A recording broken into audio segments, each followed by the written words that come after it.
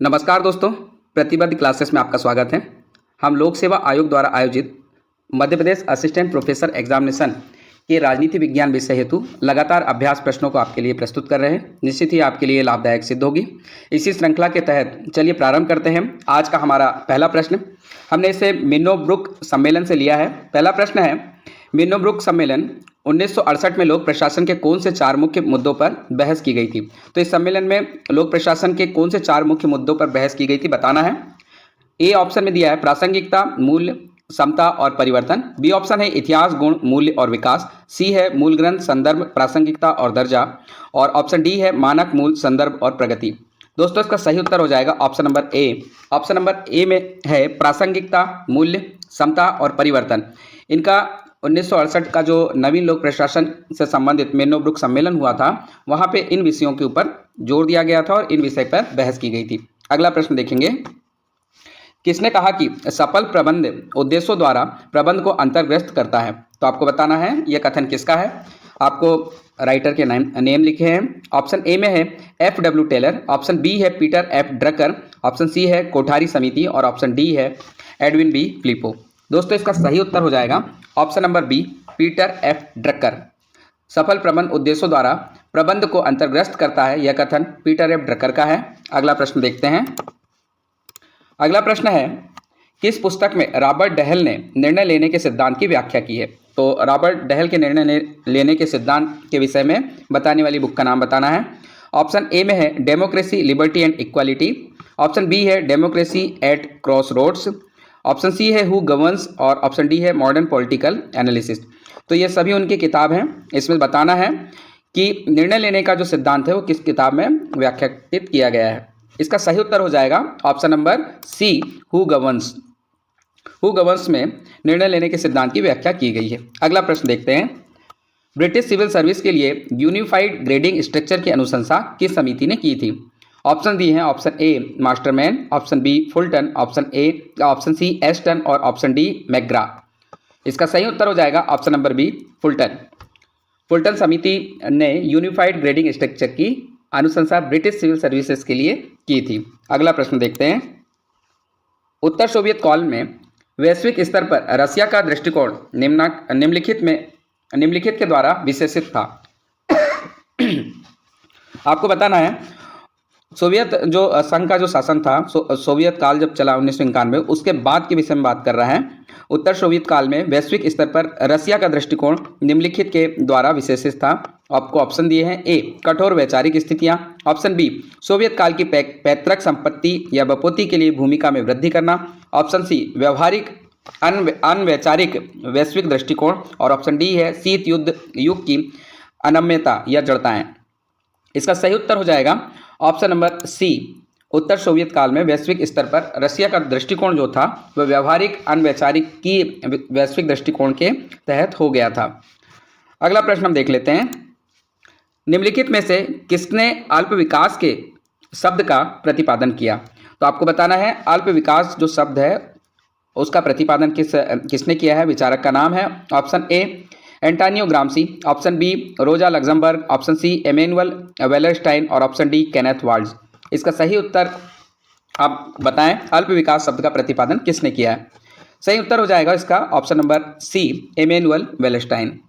Emmanuel Wallerstein परासिकता के सिद्धांत से भी जुड़े हुए हैं। इसके विषय में हमने पिछले जो अभ्यास प्रश्न थे उसमें देखा था और इन्होंने अल्प विकास शब्द का भी प्रतिपादन किया था। अगला प्रश्न हम देख लेते हैं।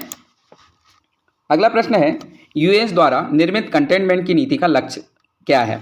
तो कंटेनमेंट नीति का लक्ष्य आपको बताना है। ऑप्शन ए है सोवियत यूनियन के प्रभाव को वैश्विक रूप से नकल करना, ऑप्शन बी है ईरान के आणविक प्रचुरोद्भवन को रोकना, ऑप्शन सी है अवज्ञाकारी उत्तर कोरिया को सीमाबद्ध करना और ऑप्शन डी है जनवादी गणराज्य चीन की प्रसारवादी नीतियों का विरोध करना। तो यूएस द्वारा निर्मित कंटेनमेंट नीति का आपको जो लक्ष्य है वो बताना है। इसका सही उत्तर हो जाएगा ऑप्शन नंबर ए, यूएस द्वारा निर्मित कंटेनमेंट नीति का लक्ष्य है सोवियत यूनियन के प्रभाव को वैश्विक रूप से रोकना। जो इसका काफ़ी ज़्यादा प्रभाव बढ़ रहा था सोवियत यूनियन का, तो उसको रोकना ही कंटेनमेंट नीति का लक्ष्य रहा है। अगला प्रश्न है, 1997 की क्योटो उपसंधि ने निम्नलिखित में से किसके लिए कार्यक्रम को अपनाया? तो आपको बताना है 1997 की जो क्योटो प्रोटोकॉल हुआ था वो किस लिए अपनाया गया था। आपको ऑप्शंस दे रखे हैं। ऑप्शन ए है वैश्विक निर्धनता को समाप्त करना। ऑप्शन बी यूएन व्यवस्था का प्रजातंत्रीकरण करना। ऑप्शन सी है आईएमएफ तथा विश्व बैंक के अंदर सहभागिता विस्तार करना। और ऑप्शन नंबर डी है ग्रीन हाउस के उत्सर्जन को कम करना। इसका उत्तर आप भली भांति जानते होंगे दोस्तों। इसका सही उत्तर ऑप्शन डी में है। ऑप्शन डी है ग्रीन हाउस के उत्सर्जन को कम करना। यानी 1997 के जो क्योटो प्रोटोकॉल हुआ था उसमें ग्रीन हाउस गैस के उत्सर्जन को कम करने के कार्यक्रम को अपनाया गया था और उसके अनुसार नीतियां बनाई जाने लगी थी। अगला प्रश्न देखेंगे। विश्व व्यापार संगठन WTO के अंदर पारस्परिकता का सिद्धांत किसका विचार करता है? आपको बताना है WTO के अंदर जो पारस्परिकता का सिद्धांत है उसका अर्थ क्या होगा। ऑप्शन नंबर ए है राष्ट्र द्वारा व्यापार अवरोधों को कम करना और बदले में दूसरे राष्ट्र के द्वारा भी उतने ही अवरोध कम हो जाए, इस तरह की नीति बनाना। ऑप्शन नंबर बी है एक समान आधार पर व्यापार अवरोधों का सृजन करना। ऑप्शन नंबर सी है बौद्धिक संपत्ति अधिकारों का संरक्षण। और ऑप्शन नंबर डी है व्यापार पर राष्ट्र अवरोधों के लिए भूमिका में वृद्धि करना। ये निश्चित ही इसका उत्तर आपको पता होगा दोस्तों। इसका उत्तर होगा ऑप्शन नंबर ए। WTO के अंदर पारस्परिकता का सिद्धांत यह मानता है कि राष्ट्र द्वारा व्यापार अवरोधों को कम किया जाए और बदले में दूसरे राष्ट्र भी उसके लिए उसी तरह के जो व्यापार अवरोध है उसको कम कर दें। अगला प्रश्न देखेंगे। अगला प्रश्न है यह उक्ति साम्राज्यवाद पूंजीवाद की सर्वोच्च अवस्था है किसने प्रतिपादित की? आपको बताना है कथन किसका है। साम्राज्यवाद पूंजीवादी की सर्वोच्च अवस्था है। इसका उत्तर आप भली भांति जानते होंगे। ऑप्शन दिए हैं। Option A Karl Marx, option B V.I. Lenin, option C Andre Gunder Frank और ऑप्शन डी इमैनुअल वेलरस्टाइन। दोस्तों इसका सही उत्तर ऑप्शन नंबर बी है V.I. लेनिन। लेनिन ने सन 1916 में साम्राज्यवाद पूंजीवाद की चरम अवस्था है ऐसा कहा और इसके नाम से उन्होंने एक किताब भी लिखी थी। अगला प्रश्न हम देखेंगे। अगला प्रश्न है आमंड तथा वर्वा के अध्ययन नागरिक संस्कृति के अनुसार 3 प्रकार के राजनीतिक सिद्धांत क्या हैं? तो आपको आमंड तथा वर्वा के अध्ययन के अनुसार नागरिक संस्कृति के 3 प्रकार के राजनीतिक सिद्धांत क्या हैं बताना है। ऑप्शंस आपको दिए हैं। ए सीमित प्रजा भागीदारी। ऑप्शन नंबर बी है नागरिक सांप्रदायिक और लोकतांत्रिक। सी है अभिजात्य अधिनिर्णयात्मक और सीमित। और ऑप्शन नंबर डी है सामंती अर्ध सामंती और लोकतांत्रिक। तो दोस्तों इसका सही उत्तर हो जाएगा ऑप्शन नंबर ए। आमंड तथा वर्वा के अध्ययन नागरिक संस्कृति के अनुसार 3 प्रकार के राजनीतिक सिद्धांत में शामिल होता है सीमित प्रजा और भागीदारी। आमंड तथा वर्वा की एक किताब है सिविक कल्चर जो 1963 में आई थी, इसका भी आप ध्यान रखें। अगला प्रश्न देखते हैं। नागोर्नो काराबाख किसके बीच विवादास्पद प्रदेश है? दोस्तों ये पिछले वर्ष काफ़ी ज़्यादा चर्चित रहा था। आपको बताना है। ऑप्शन ए आर्मेनिया तथा Azerbaijan, option number B Georgia और Ukraine, option number C Uzbekistan और तुर्कमेनिस्तान और ऑप्शन नंबर डी रशियन संघ और चीन। इसका सही उत्तर हो जाएगा ऑप्शन नंबर ए आर्मेनिया और अजरबैजान। नागोर्नो काराबाख दक्षिण काकस इलाके में स्थित एक क्षेत्र है।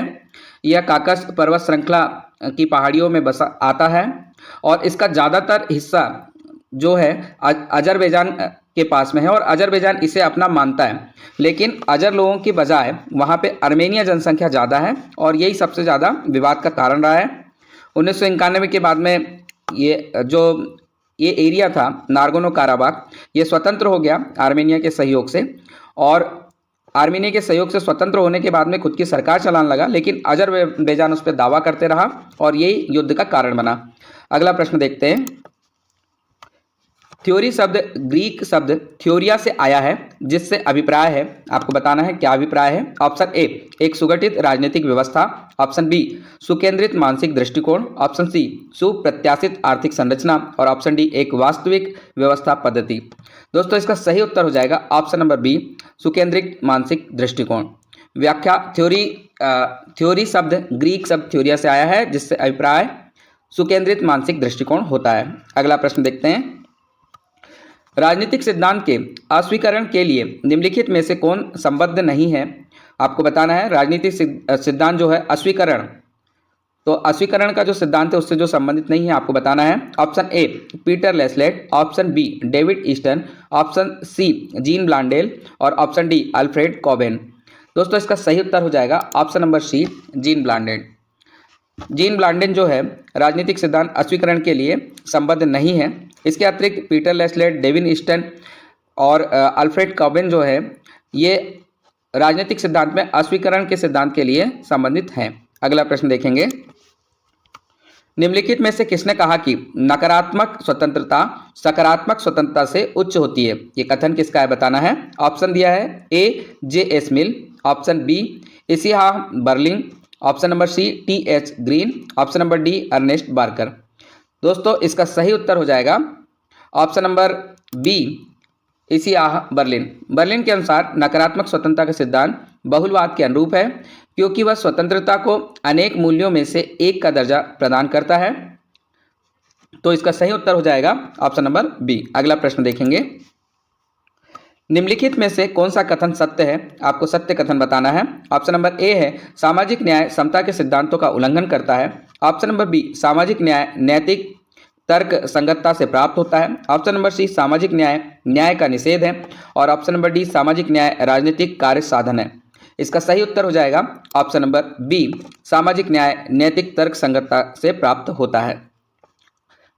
अगला प्रश्न हम देखेंगे, निम्नलिखित में से कौन सा माओ के नेतृत्व में सर्वप्रथम जन आंदोलन था? तो माओ ने सर्वप्रथम कौन सा जन आंदोलन किया था बताना है। ऑप्शन ए, सांस्कृतिक क्रांति, बी, ग्रेट लीप फॉरवर्ड, सी, सैकड़ों फूल खिलने दो और अनेकों विचार संप्रद को शामिल होने दो, और ऑप्शन नंबर डी, उपयुक्त में से कोई नहीं।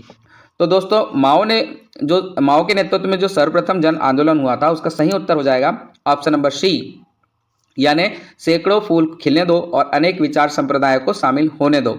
ये एक जन आंदोलन, इस लाइन को उन्होंने एक जन आंदोलन बना दिया था और ये माओ की क्रांति का एक बहुत बड़ा पहलू भी रहा है।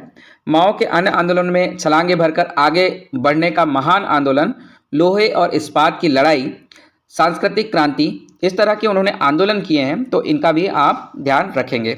अगला प्रश्न देखते हैं, लेनिनवाद की खोज किसके द्वारा की गई? तो आपको बताना है लेनिनवाद किसने कहा था, लेनिन के विचारों को आपको बताना है। Option A, Trotsky, option B, Stalin, option C, Marx और ऑप्शन डी, माओ। इसका सही उत्तर हो जाएगा दोस्तों option number B. Option number B में है स्टालिन। लेनिनवाद की खोज स्टालिन के द्वारा की गई। लेनिन ने मार्क्सवादी चिंतन में 3 नए विचारों का समावेश किया था। पहला, विचारधारा की भूमिका, दूसरा, साम्राज्यवाद विरोधी संघर्ष और तीसरा, साम्यवादी दल की भूमिका। लेनिन के विचारों एवं सिद्धांतों को आगे चलकर लेनिनवाद के नाम से जाना जाने लगा और स्टालिन ने उनके समस्त विचारों को लेनिनवाद की परिभाषा दी थी। अगला प्रश्न देखेंगे, अगला प्रश्न कथन और कारण पर आधारित है। कथन दिया है ए, नेता जब एक बार शक्ति की पराकाष्ठा पर पहुंच जाते हैं तो उन्हें कोई चीज नीचे नहीं गिरा सकती है। और कारण दिया है आर, माइकल्स के अनुसार अधिकतर मनुष्य उदासीन, अकर्मण्य और चापलूस होते हैं। तो आपको ऑप्शन दिए हैं, सही ऑप्शन का चयन करना है। ऑप्शन नंबर ए में है ए और आर दोनों सत्य है किंतु आर ए का सही स्पष्टीकरण है। बी, ए और आर दोनों सत्य है लेकिन आर ए का सही स्पष्टीकरण नहीं है। सी, ए सत्य है किंतु आर गलत है, तथा डी, ए गलत है लेकिन आर सत्य है। इसका सही उत्तर हो जाएगा दोस्तों ऑप्शन नंबर ए और आर दोनों सत्य हैं किंतु आर ए का सही स्पष्टीकरण नहीं है। माइकल्स ने राजनीतिक दल और इनकी संरचना में नेतृत्व की भूमिका का विवेचन करते हुए अल्पतंत्र का लोह नियम प्रतिपादित किया था। इसके अलावा माइकल्स के अनुसार अधिकतर मनुष्य उदासीन, अकर्मण्य और चापलूस होते हैं। और माइकल्स ने ही कहा था, नेता जब एक बार शक्ति की पराकाष्ठा पर पहुंच जाते हैं तो उन्हें कोई चीज नीचे नहीं गिरा सकती। अगला प्रश्न हम देख लेते हैं, अभिजन सिद्धांत सर्वप्रथम कहाँ आरंभ हुआ? तो अभिजन सिद्धांत कहाँ प्रारंभ हुआ आपको बताना है। Option number A, America, B, United Kingdom, C, central और वेस्टर्न यूरोपीय देशों में और डी, ऑस्ट्रेलिया में। दोस्तों इसका सही उत्तर हो जाएगा ऑप्शन नंबर सी, सेंट्रल और वेस्टर्न यूरोपीय देशों में अभिजन सिद्धांत सर्वप्रथम आरंभ हुआ। अभिजन शब्द का सर्वप्रथम प्रयोग 1823 में ऑक्सफोर्ड इंग्लिश शब्दकोश में हुआ था। अभिजन सिद्धांत का प्रारंभ सेंट्रल और वेस्टर्न यूरोपीय देशों में हुआ और उसके बाद में ये लगभग कंप्लीटली यूरोप एरिया में फैल चुका था। अगला प्रश्न देखेंगे, निम्नलिखित में से कौन सा कथन सत्य है? तो सत्य कथन खोजना है। ऑप्शन ए, प्लेटो की रिपब्लिक नीति शास्त्र की पुस्तक है। ऑप्शन नंबर बी, यह राजनीति की पुस्तक है। सी, यह नीति और राजनीति दोनों की पुस्तक है। और डी, यह शिक्षा की पुस्तक है। दोस्तों इसका सही उत्तर आप भली भांति जानते होंगे, इसका सही उत्तर है ऑप्शन नंबर सी। प्लेटो की जो किताब है यह नीति और राजनीति दोनों की पुस्तक है। प्लेटो की रिपब्लिक केवल राजनीतिक व्यवस्था का ही चित्रण नहीं है, यह महाभारत की भांति प्लेटो के विचारों का एक प्रकार का विश्वकोश है। इसमें नीति शास्त्र की बात होती है, दर्शन शास्त्र की बात होती है, आचार शास्त्र और आध्यात्म शास्त्र, इस तरह के विषयों की बात की जाती है। इस प्रकार से देखा जाए तो यह नीति और राजनीति दोनों के विषय में बात करती हैं। अगला प्रश्न देख लेते हैं। निम्नलिखित में से कौन सी पुस्तक श्री एम.एन. राय के द्वारा नहीं लिखी गई है? तो एम.एन. राय की जो किताब नहीं है उसका नाम आपको बताना है। Option A the future on Indian politics, option B Gandhism, nationalism and socialism, option number C new humanism और ऑप्शन नंबर डी नेशनलिज्म और रैशनैलिटी।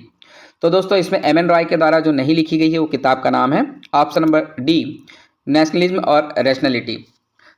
तो ये जो समस्त किताबें बाकी की ये सब एम.एन. रॉय ने लिखी थी। The future of Indian politics 1920 में लिखी गई थी। गांधीज्म, नेशनलिज्म एंड सोशलिज्म ये किताब 1940 में आई थी। न्यू ह्यूमनिज्म 1953 में आई थी। लेकिन इसी के जैसे नाम वाली एक और किताब है नेशनलिज्म और रैशनैलिटी, माफ़ी चाहेंगे, नेशनलिज्म और रैशनैलिटी ये जो किताब है ये किताब लिखी थी अल्बर्ट ब्रेटन ने। तो आप इसका नाम याद रखेंगे, नेशनलिज्म और रैशनैलिटी जो किताब है वो अल्बर्ट ब्रेटन नामक विद्वान ने लिखी थी, बाकी सब एम.एन. रॉय ने लिखी है। अगला प्रश्न देख लेते हैं। निम्नलिखित में से किसने धन की तुलना महिला से की है? तो आपको बताना है option number A M N. Roy, option number B Rousseau, option number C Hobbes और ऑप्शन नंबर डी मैकियावेली। दोस्तों आप इसका उत्तर भी भली भांति जानते होंगे। इसका सही उत्तर है option number D Machiavelli. Machiavelli ने धन की तुलना महिला से की थी। मैकियावेली ने मनुष्य के धन लोलुप स्वभाव पर कटाक्ष करते हुए कहा कि लोग अपने पिता की मृत्यु को जितनी जल्दी भूल जाते हैं, पैतृक संपत्ति की हानि को उतनी जल्दी नहीं भुला पाते। और धन की तरह ही जो लोलुपता है, जैसे महिला के प्रति आपकी लोलुपता होती है, उसी प्रकार धन के प्रति भी व्यक्ति का जो आकर्षण है वो सदैव बना रहता है। अगला प्रश्न देखेंगे। निम्न में से कौन सा एलियनेशन से संबंधित नहीं है? तो आपको बताना है ऑप्शन ए पेरिस पांडुलिपियां, ऑप्शन बी प्योर बक पर शोध प्रबंध, option C poverty of philosophy और ऑप्शन डी जर्मन विचारधारा आइडियोलॉजी। दोस्तों यहाँ पे एलियनेशन से तात्पर्य है कि जिसमें सामान्यतः अलगाव हो जाता है, ऐसी स्थिति जिसमें व्यक्ति अपने परिवार समाज के प्रति उदासीन हो जाता है तथा सामाजिक संबंधों के जाल से वह स्वयं को मुक्त कराना चाहता है। तो उनसे रिलेटेड जो कृति नहीं है वो आपको बताना है। ऑप्शन ए है पेरिस पांडुलिपि, बी है प्योर बक पर शोध प्रबंध, ऑप्शन सी है पॉवर्टी ऑफ फिलॉसफी और ऑप्शन डी है जर्मन विचारधारा आइडियोलॉजी।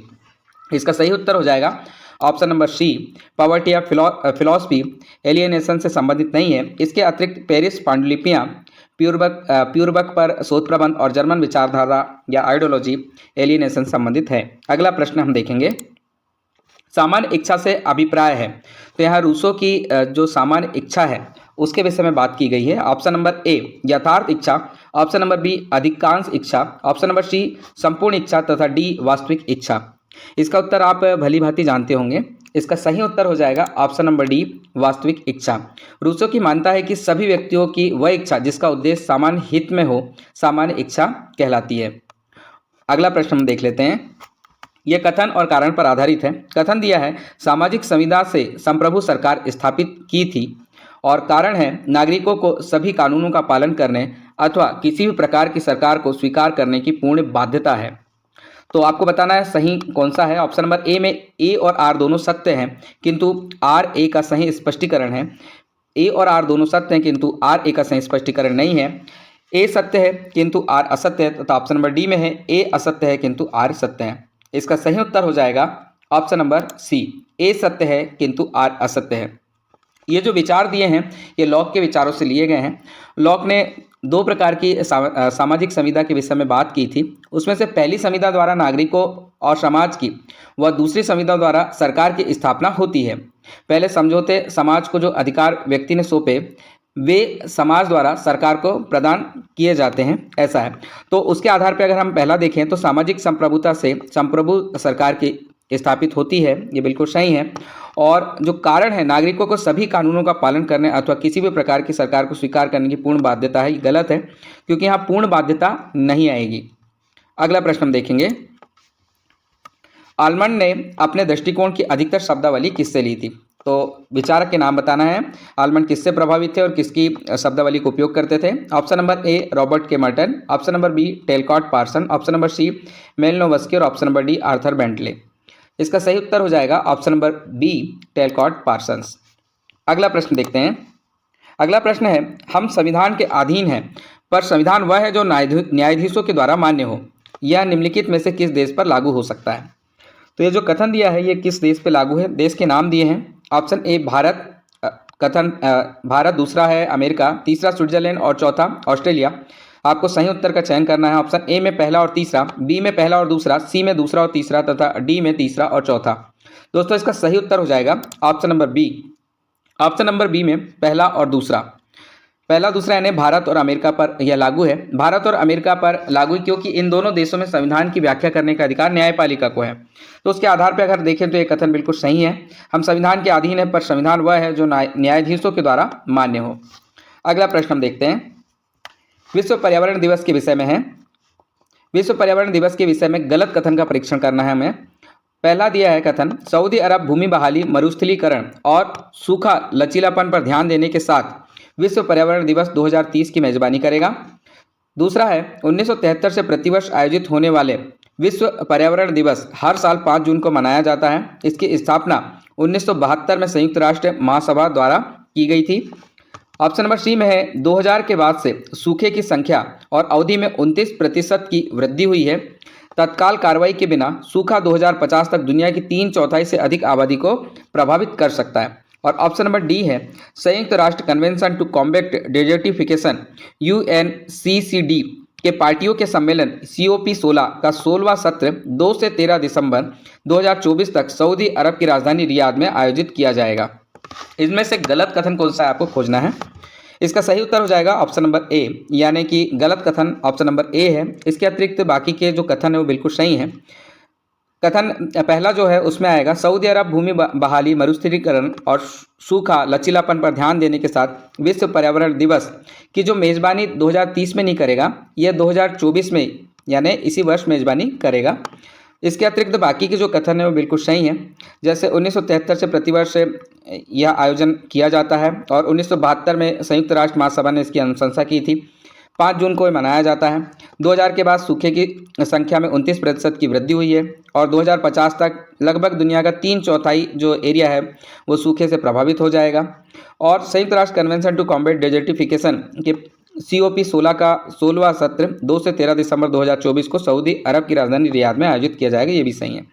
अगला प्रश्न देखेंगे, वर्ल्ड अर्थ डे 2023 की थीम क्या है? तो आपको बताना है वर्ल्ड अर्थ डे 2023 की थीम क्या है। इसमें ऑप्शन दिए हैं। ऑप्शन ए में हमारे ग्रह में निवेश करें, invest in our planet. B में है हमारी पृथ्वी को पुनर्स्थापित करें, रीस्टोर आवर अर्थ। सी में है क्लाइमेट एक्शन और डी है संततियों को बचाएं, प्रोटेक्ट आवर स्पेसीज। दोस्तों इसका सही उत्तर हो जाएगा ऑप्शन नंबर ए, हमारे ग्रह में निवेश करें यानी इन्वेस्ट आवर प्लानेट जो है वो वर्ल्ड अर्थ डे 2023 की थीम है।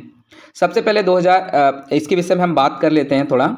सबसे पहले 22 अप्रैल 1970 को अर्थ डे मनाया गया था। इसकी शुरुआत जो की थी वो गैलार्ड नेल्सन नामक अमेरिकन सीनेटर ने की थी और उसके बाद में लगातार ये मनाया जा रहा है, तो आप इसका बिल्कुल ध्यान रखेंगे। इसके अतिरिक्त 2022 की थीम की बात करें तो 2022 में भी हमारे ग्रह में निवेश करें सेम थीम थी। 2021 की बात करें तो हमारी पृथ्वी को पुनर्स्थापित करें। 2020 की बात करें तो क्लाइमेट एक्शन और 2019 में संततियों को बचाएं, ये लगातार थीम इसमें दी हुई है। अगला प्रश्न हम देखेंगे, ये हमारा दोस्तों अंतिम प्रश्न था। इसी तरह के प्रश्नों के लिए लगातार हमारे साथ बने रहिए और लगातार अभ्यास कीजिए। धन्यवाद। जय हिंद।